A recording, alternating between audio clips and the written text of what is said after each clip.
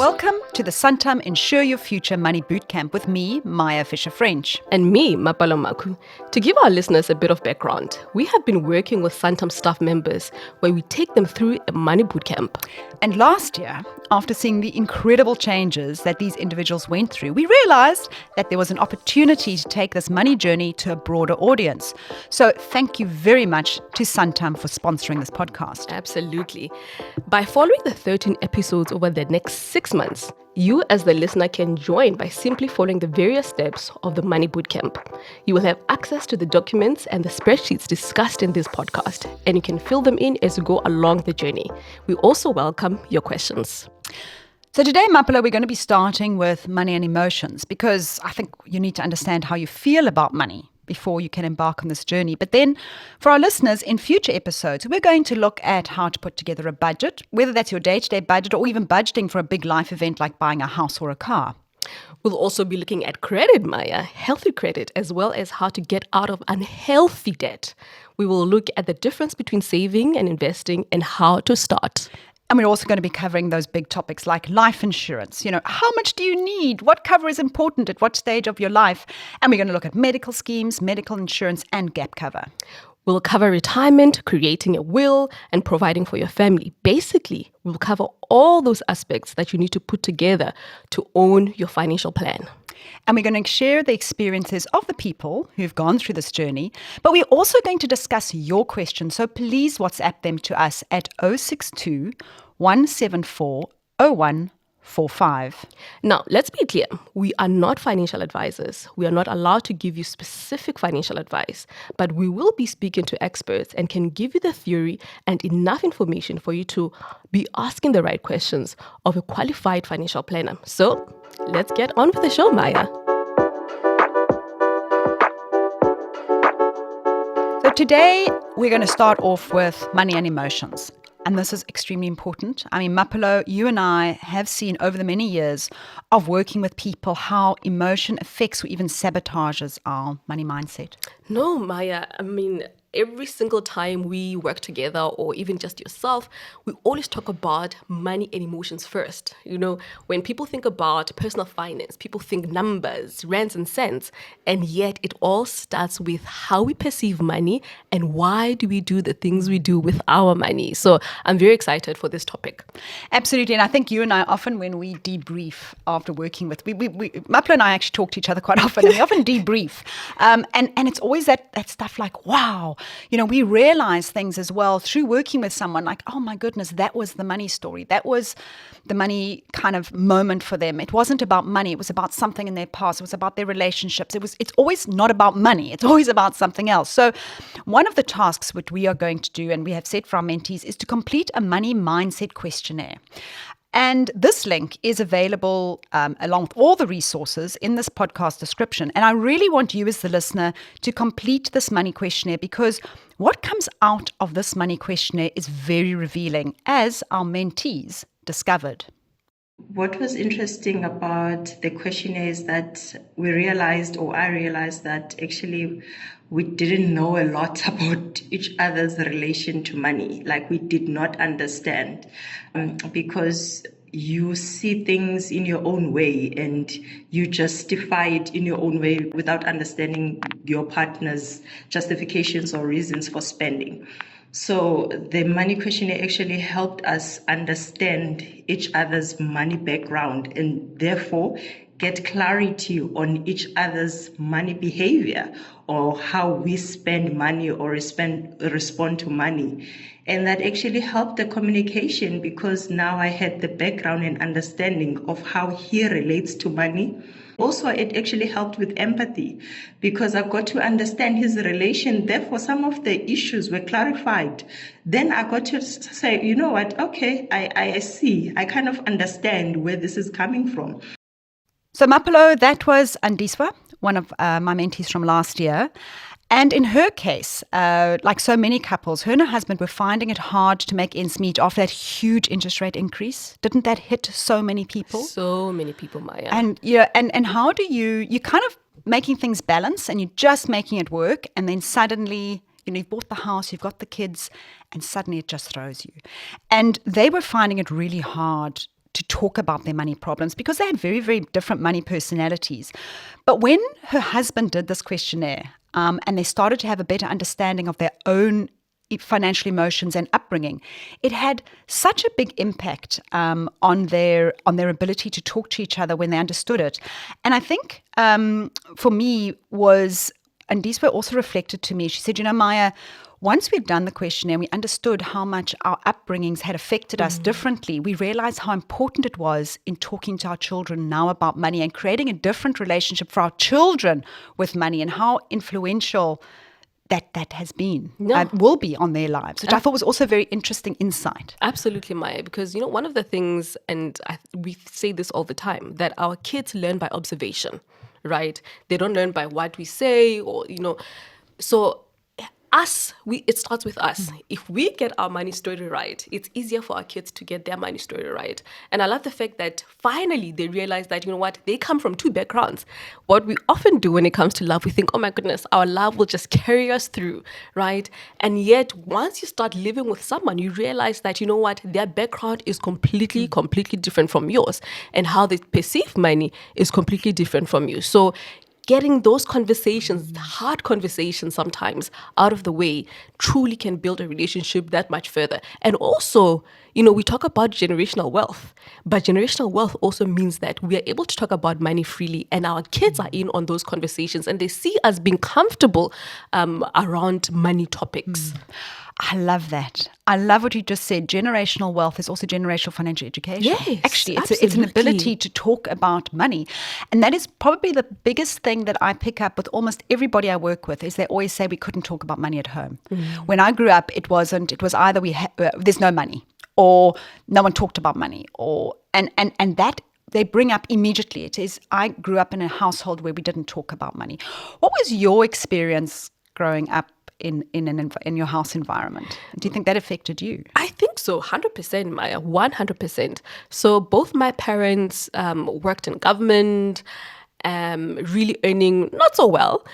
But one thing my mother is, and still good at till today, Maya, is that she is such a fantastic budgeter. She loves budgeting. I mean, at my big age with kids and a family of my own. She was telling me the other time that, oh no, I'm getting a lump sum from one of my investments and this is what we're going to do. And she has like her list written down already. So she is very good with money. She applies that thing where, it's not about instant gratification. If she wants something, she'll wait years just to get it and buy it cash. My dad, on the other hand, I've realized as I grew older, he's not very good with money. So how did they have a money conversation? Or did she just do it all? Like, did she just manage the household finances? No, she just said, this is what we're going to do. We need to plan. And he was like, okay, I know you always do what's best for the family, so that's how we're going to do it. So they played like a team, right? Where he knew that maybe this is not my strong point, it's my wife's strong point, and he just leaned more towards that. My dad is fantastic in many other things. Budgeting, not one of them. But I think you often find that in a relationship, there's always one who's really good at the budgeting, or there often is that, or better with money than the other. But I think the problem comes is that your father was happy to let your mom manage it. But what I have seen in many relationships is where they don't want to talk about it and they just start taking on debt. And they don't want to admit that they're struggling financially. And we see this actually quite often. It goes both ways, but I see it both in both male and female. There's no real, it's a personality thing. But often women will also take on the day-to-day finance of the house. Men, this is the big problem, right? Men often pay the bond and do the investments, and the wife does the day-to-day spending, the groceries and that, which actually goes up faster than inflation, that is so right? expensive. And they don't want to admit that they're struggling to the partner, so they just start putting it on their credit cards. I think, yes, you can have two different personalities, but until you acknowledge that and understand that you have to have these conversations, you can't just be getting into more and more debt. Yes. And so obviously your father didn't do that. He obviously had those discussions with your mom. No, he did. And my father, I think they're very smart people because they said, we realized that we're married in community of property because that's all we could ever get married. That's the contract we would get married whenever they got married in the 60s. Maya, he knew that for sure that, you know what, my wife is much better at this. She was an accountant also, and he did economics. So he knew that, you know what, I know that my household will always have everything, but let's lean into your strengths. And I promise you, my mother showed me her pay slip. I think I was around 9 when I wanted roller skates and stuff. And she said, where is it going to come from? Showed me her pay slip. She said, where is it going to come from? You see, why we don't have things instantly is that we have to budget. And I remember by the end of the year, I had saved up a little bit, and they had saved up a little bit for me to get the roller skates. I looked at my money, I said, there's no way I'm going to waste my money on roller skates. So let's talk a little bit about that with family conversations with kids. I know this. I always say to my friends, when they say their kid wants something, you say to them, well, use your pocket money. And you know what's so funny is that I've got a friend of mine who was telling me her child's got quite a lot of money saved because grannies give them money and put it in their bank account, all that. And the minute she says, well, use those funds, they don't want it anymore. Oh, no, of course. Yeah. So test your child's value system very quickly by making them pay for it themselves. I mean, just a good little... They'll value it way more. They'll value it, and they'll know what they really want. But when it's your money, they're quite happy to spend it. Absolutely. So that's quite a really, really important one. I must just tell you, my background was actually very different because my mom didn't know what was going on in the finances. My father got us into a huge amount of debt. And when he died, I was 16, we lost our home. We lost everything. My mom had to find a job. She had to start working. She had been a stay-at-home mom raising her kids. Oh, my word. Our lives when I was 16 changed completely. And so that, you can imagine my money messages and my money emotions. Yes. Fear is really top of... So money fear. Yeah. I have a lot of fear of money, of losing money.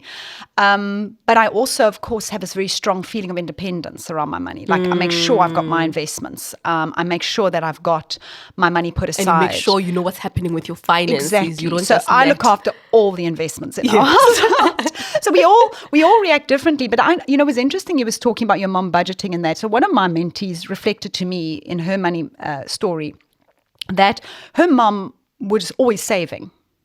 And she used to resent that. She said, but, why are you saving? Why are you making all these sacrifices when you should live for today? So I think sometimes there's also a personality type that comes in. So there's the experience, but you may react differently to the experience. Maya, I have an example for you. I mean, similar to us. So there's 4 of us at home, right? And we experienced a financial downturn when my father's business didn't go well and we had to downsize the house. And all of us, I mean, there's 4 of us, each and every single one of us remembers that time completely. I mean, it happened. It happened, but just even when we remember the situation, when we remember that experience, we talk about it completely differently. And in that, I realized that we all made our money vows at some point. So money vows is that something terrible happened or something really stressful happened in our family, and we made a vow of some sort. My brother, if you have it, spend it because you just never know the future. Me, you know what? I will never not have a home. So even with my emergency fund, I'm obsessed that I can never not have a roof over my head. My other sister, prudent. She will not spend a cent more if she has told herself that I need to have X amount in my bank account. My older sister, on the other hand, she's like, you know what? It always comes back to me type of thing, Same experience, but completely different vows. Yeah, we're also 4 siblings and exactly the same thing. I mean, totally and utterly different. My sister and I were once talking about exactly a moment, an experience in our household. And her reaction was I will never say no to my children. Mine was I'll always protect myself. Oh, wow. Make sure I'm okay. Totally different reactions to exactly the same experience. And again, you do wonder if you were both in the same room at the same time. Yes. But that even is sometimes how you recall the situation, you think into yourselves, were we experiencing the same thing at the same time? But I think that's why, Maya, it's so important to go back to when was that moment for you? Because most of us do have that one moment or a couple of moments growing up, that realization that, you know what, money is very, very important. And also what I loved about doing this questionnaire is you should do it, if you are in a relationship, do it separately from your partner and then come together and share your reflections. Because again, it is all about how you perceived a moment in time. And it could even be an incident that you shared together, but how did you both perceive it? And I think those moments, I still remember my husband, we were having an argument about credit because we were getting our bond and I didn't want to max out my credit facilities. Yes. And he was like, yeah, but if we put it here, it makes more sense. And I looked at him and I said, but what if you left me one day? And I was left with this debt. And he looked at me and said, I'm not leaving you. Where does this fear come from? Yes. But there's my need to protect myself. And we had to have that discussion. I said, do you know what, this was my upbringing, this is my experience. I need to know I can always be okay on my own. And if you can share that, it's not about, I don't trust you. It's actually not about, I don't trust you. That is so powerful. Exactly. And I think being able to have those conversations is really so important. But I want to also get back a little bit to the psychology of, we all got different personality types. And there's some of these amazing sort of money types. I think there are things like the compulsive spender, the compulsive money maker, the warrior, the gambler. And, you were talking about fear. Around money, and one of our mentees that I had last year, she was a compulsive saver. She had to have this really big amount of money. So talking about money fears, right, in an account, but she didn't know what it was for. And I'm talking way beyond an emergency fund, Yes. right? It was like a lot of money sitting in there, but she was paying for some of her items like prescription glasses on her credit card. What? And paying it off over a year. So you have quite a large chunk, which is over and beyond your emergency fund, but you have fear to touch that money, so you'd rather use a bit of credit. Exactly.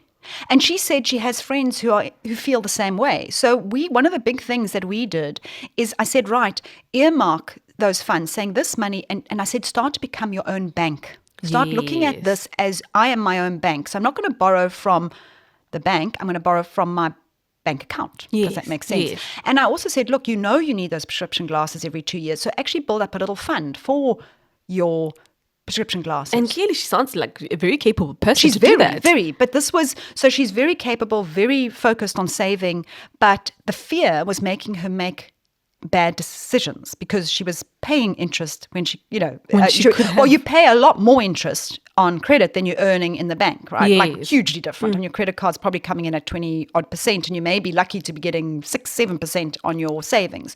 So it makes no sense. But it was about psychologically giving these little, what I always call them like little buckets of money and giving the money purpose. And I was touching base with her recently and she said, yeah, it's been working. She bought her prescription glasses from her savings now and not on the card. So sometimes one also has to reflect saying, what is that fear doing to my money behavior? Yes. My word, Maya. Interesting. That's what I love. This is why we love what we do. Absolutely. We do. And I think also the personality type that I've come across often, and I have to admit that sometimes I can be a little bit like this, and that's the saver splurger.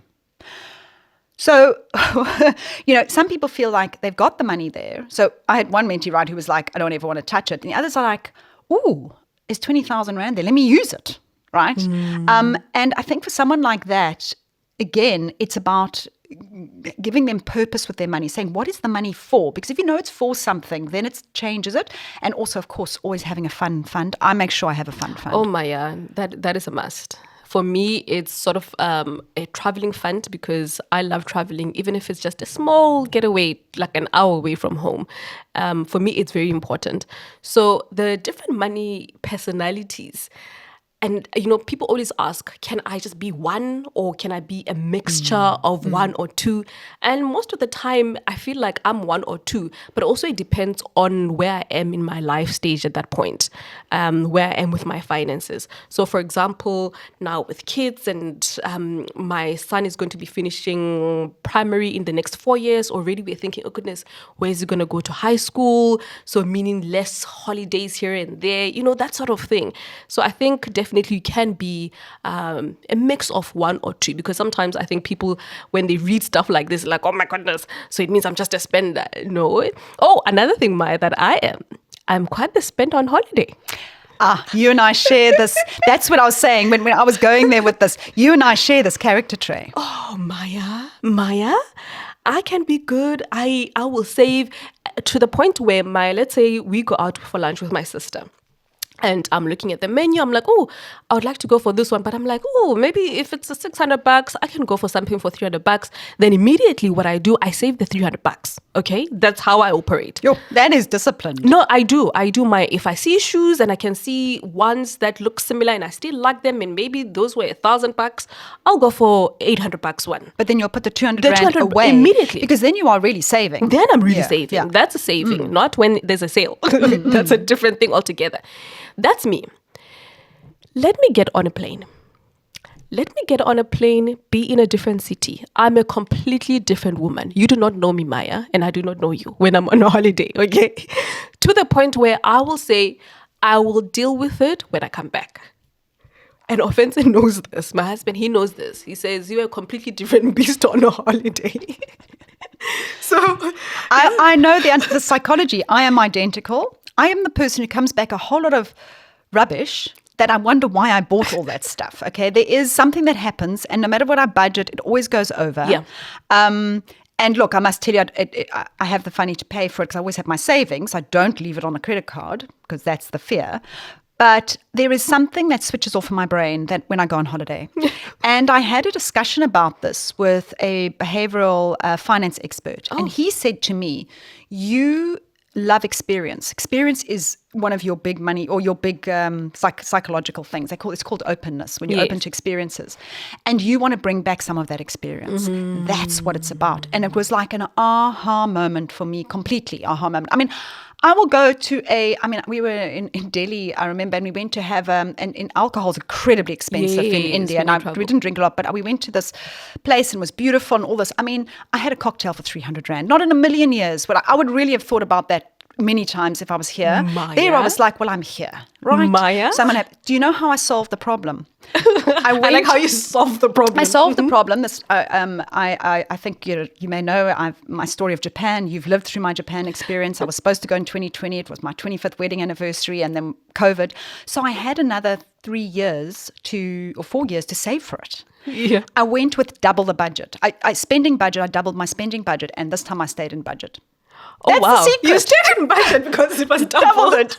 I was underestimating my spend. So you see, you do have to, as long as the money's there. Now I know. Now I know Now the secret solution. is just be honest. Yeah. Don't think this is a budget holiday because you just are incapable of it. I'm incapable of it, Maya. So I'm not sure if this is good advice that we're giving people listening. They all say, but Maya, what telling us to spend more. What I do love, though, Maya, is that we're not spending on credit, right? absolutely. I think that should be the message here. That whatever your personality, if you're a bit of a spender like us on holiday, do not let it be on credit. And I don't have a credit card because I don't trust myself, as I always say. It's all on savings. If I've depleted my savings, it sucks, but I'm not starting on minus. Yeah, and you'll come back and be so scared when you see you have no savings. You'll work You'll harder. cut back all the things that and put it back in again. There we go. But also that is our personality type, and we've got some safety in our personality type. But Yes. not everyone's like that. Some people can live in credit and not worry about it much. So that is, Yeah, but also that's not what you want for yourself. That's not what you want. So for any yourself. final tips for our listeners on money and emotions? Money and emotions, I would definitely say, you know what, do take some time out and reflect. Reflect on what have you been spending your money on. You know, the question that I normally ask also, Maya, is look back at your life. Look at all the years of hard work that you've put in. So let's say it's 5, 10, 15 years, whatever that looks like for you.